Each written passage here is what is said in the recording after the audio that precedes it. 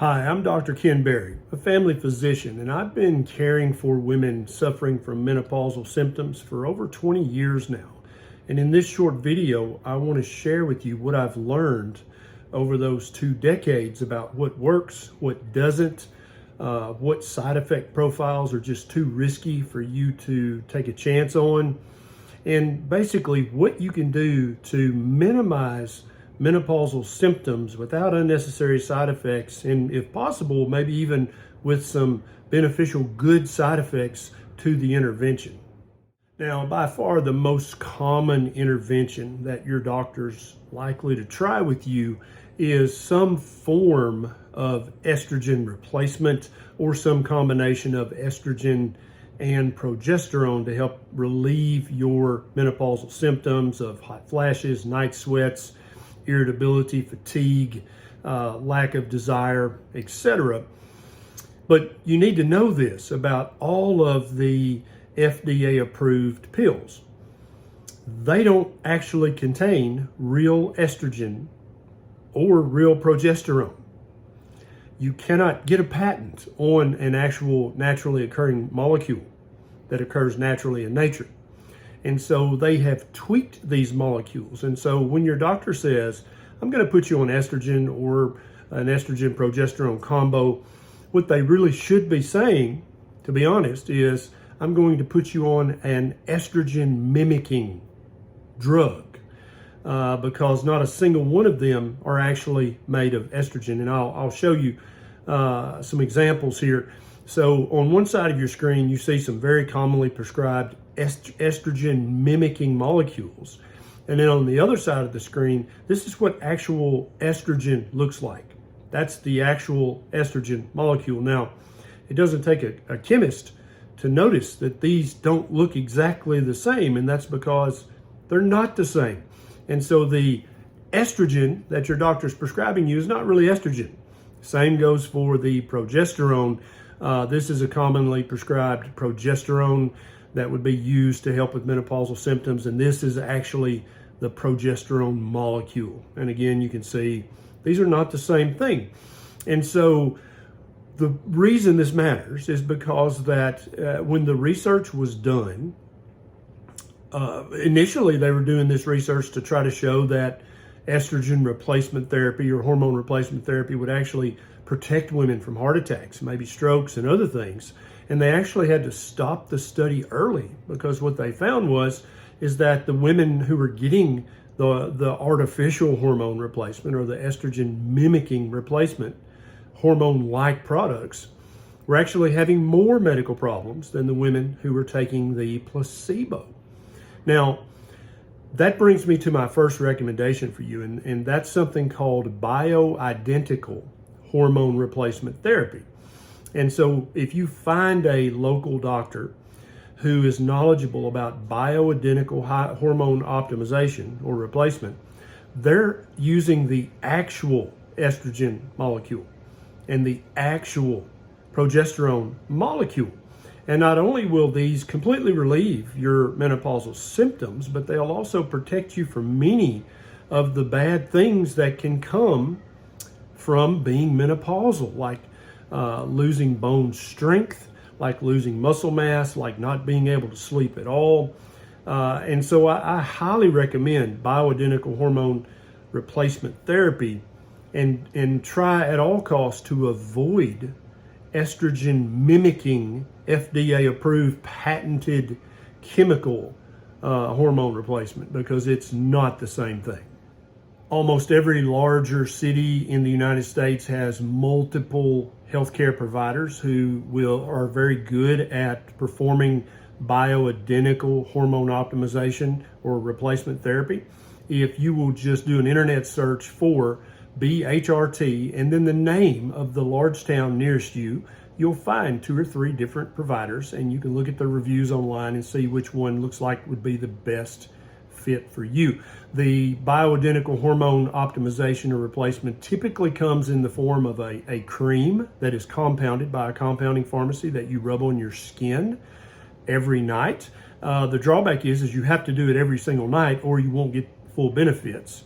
The benefit is that you don't have to have any kind of injections or minor surgical procedures. The other very popular way to get bioidentical hormones is through pellets. And so a doctor would use a very large needle and numb up a spot on your buttock and would insert these pellets under the skin into the subcutaneous fat there. The area would be a little sore and bruised for a few days, and then it would not give you any other problems. Now, that particular method, the results last typically anywhere from 2 to 4 months.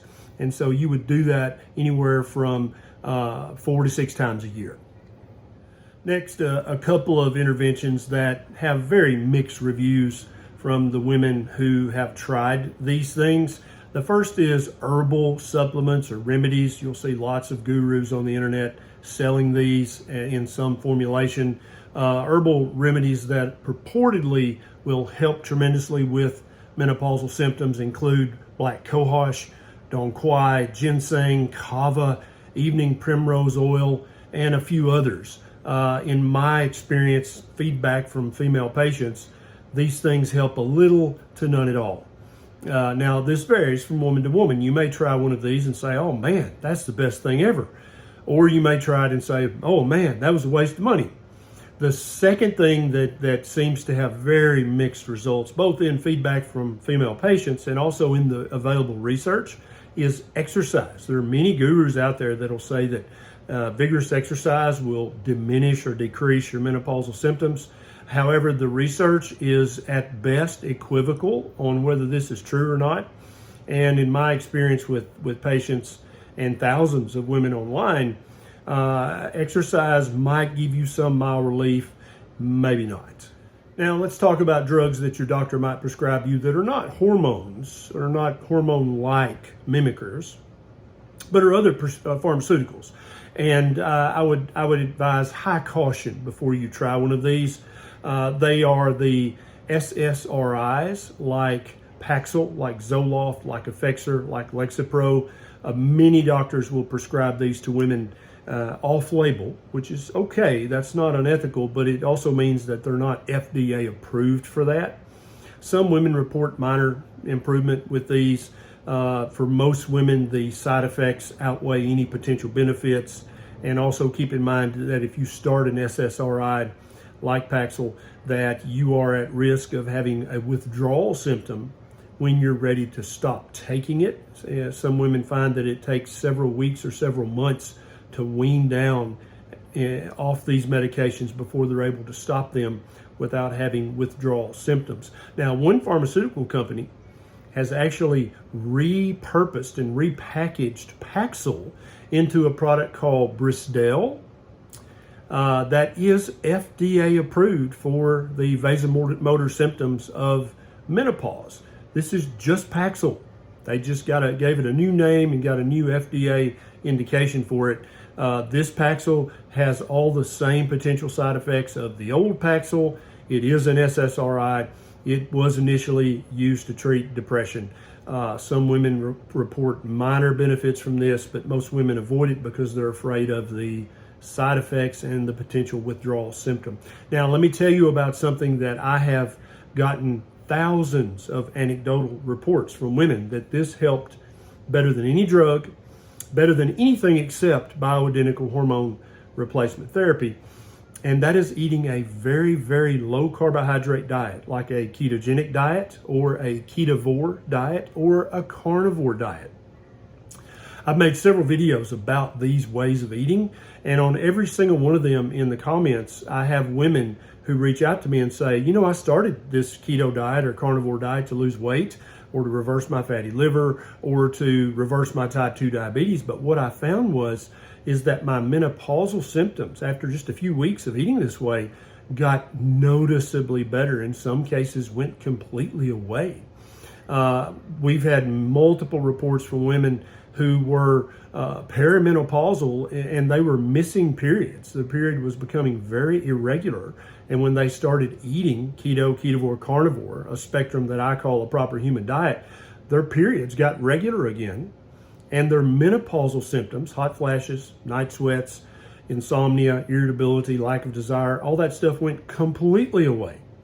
Most women were very happy about that. Some women were not so happy because that also means that they're probably very fertile again. Some doctors go so far as to even prescribe gabapentin, generic Neurontin, or even some of the antipsychotic medications for menopausal symptoms. And I highly advise you not to try these, even at lower doses. These medications do serve their purpose for people who actually need them, but using them off-label for menopausal symptoms, in my opinion, is highly inappropriate. And finally, you might say, what about vitamins and minerals, doc?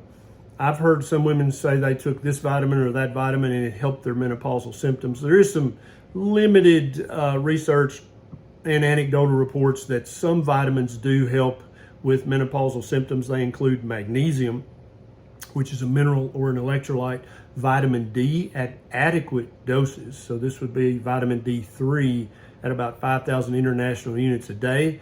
Also, zinc supplements seem to help some women. And then the B vitamins seem to be very helpful as well for some women.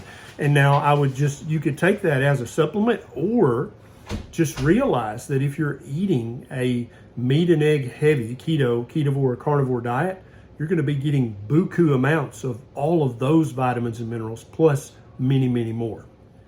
So a quick recap, I would avoid the fake synthetic FDA approved estrogen and progesterone, either single or in combination, because they're not the real hormones, and they most assuredly increase your risk of cancer, heart attack, stroke, blood clot, and other things. Exercise, give it a shot. It's good for you, but I don't know if it's going to help your menopausal symptoms. Herbal remedies might help, might not. Could be worth the money, might be a waste of money. Keto carnivore, absolutely. Tens of thousands of women say this helps tremendously and also gives me other health benefits. And then bioidentical hormone replacement therapy with real estrogen and progesterone, and hopefully testosterone too, because women need that as well. Those two seem to be the ones that give the biggest bang for the buck, with the least downtime, with the least expense, and the least chance of having an untoward side effect. And then vitamins and minerals, either get them in your food, that's preferable, or you can take them as a supplement. Hope this video helps. This is Dr. Barry. I'll see you next time.